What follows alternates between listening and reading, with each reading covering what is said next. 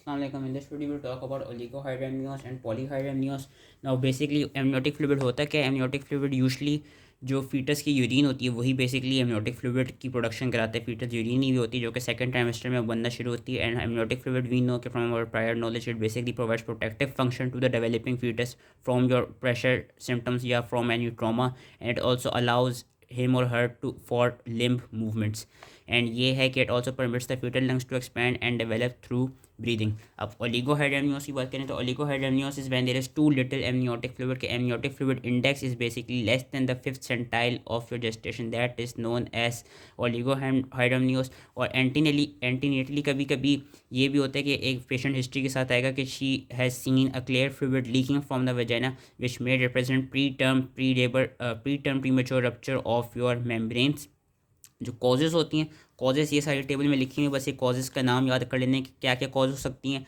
ओलिगोहाइड्रामियोस की उसमें हमारे पास आ जाता है renal agenesis, multicystic kidney disease, urinary tract abnormalities और any obstructions, fetal growth restriction and placental insufficiency, some drugs like NSAIDs, congenital infections, post-term pregnancy, and premature preterm rupture of your preterm premature ruptures of your membrane. These are the causes. And ये देखा गया कि if oligohydramnios occurred before 24 weeks of gestation तो उस case में हमारे पास pulmonary hypoplasia भी हमको मिलता है and limb deformities भी मिलती हैं like contractures and talipes which is basically your club foot.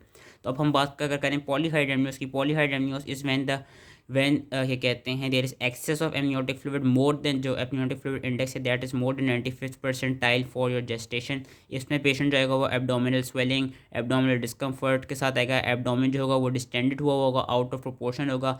There would be increase in physio fundal height. Abdomen will be क्या कहते हैं tense and tender to touch, and foetal poles will be hard to palpate. It can precipitate pre term labour, and इसका यही है कि इसके लिए हमने डिपेंडिंग अपॉन जितना ज़्यादा एमनियोटिक फ्लूइड है उसकी रिलीफ इस तरह कराते हैं कि हमने एमनियोटिक फ्लूइड को ड्रेन करना होता है बेसिकली। एंड ये इसकी कॉजेज़ बताई हुई हैं जिसमें से जो ज़्यादा डेंजरस कॉज है वो डायबिटीज़ की वजह से अगर हो रहा हो, क्योंकि उस केस में हमने फ़ौरन फिर ब्लड ग्लूकोज लेनी होगी, ग्लाइसीमिक इंडेक्स चेक करना होगा, एंड उसकी ट्रीटमेंट यही होती है कि हमने ग्लाइसीमिक कंट्रोल को ऑप्टिमाइज़ करना होता है ताकि फिर वो आपका ईजिली, ताकि फिर जो पॉलीहाइड्रामियोसिस है उससे फिर खुद बहुत ठीक हो जाता है। कॉजेज़ बताएंगे मटर्नल में आ जाती हैं diabetes, placental causes like chorioangioma, atriovenous arteriovenous fistula, and fetal causes में मल्टीपल जेस्टेशंस आ जाती हैं like your monochorionic twins which can cause twin to twin transfusion syndrome, idiopathic oesophageal atresia या duodenal atresia, neuromuscular fetal conditions which is preventing swallowing, anencephaly and fetal congenital infections या chromosomal abnormalities like your Down syndrome. अब हम कर लेते हैं इरफान से। So amniotic fluid is a protein-free, sugar-free, hypotonic ultrafiltrate of the fetal plasma. After 20 weeks of gestation, it largely consists of fetal urine, and the volume of amniotic fluid depends upon urine production, fetal swallowing, and absorption. And the amniotic fluid volume is highest between 24 and 36 weeks of gestation. यहाँ इन्होंने पहले बताया हुआ polyhydramnios. Polyhydramnios is when there is increased amount of amniotic fluid more than 95th percentile for gestation या more than amniotic fluid index of more than 25 centimetre. अगर तो more than 40 centimetre हो जाए दैन उस केस में हम वही एमनियो reduction कराते हैं, ड्रेनेज करा देते हैं एक्सेसिव फ्लूइड की। जो डायबिटीज़ मेलाइटिस है that needs urgent investigation so that glycaemic control is optimise. Causes बताएंगे मटर्नल कॉजेज में डायबिटीज़, और मटर्नल की प्लासेंटल कॉजेज में वही कोरियोएंजियोमा एंड आर्टेरियोवीनस फिस्टुला आ गया।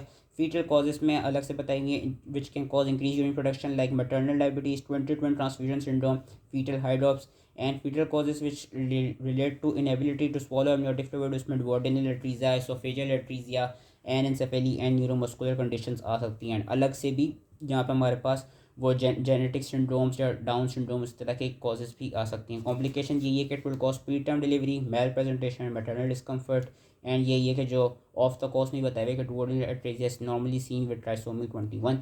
Oligohydramnios is when there is decreased amount of amniotic fluid less than 5th percentile के जो amniotic fluid index है that is less than 5 centimeter।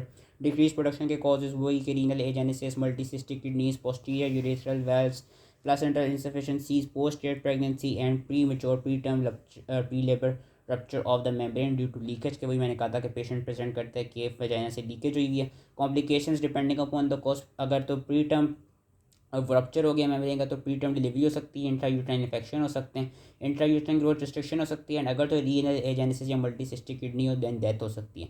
And due to reduce volume हमारे पास वही हमने पढ़ा था कि लंग हाइपोप्लेजिया हो सकता है if less than 24 weeks, and also limb abnormalities मिल सकती हैं like contractures and talipes which is club foot. So that was all related to oligo and polyhydramnios. Hope easy समझ आ गया हो, एंड थैंक यू।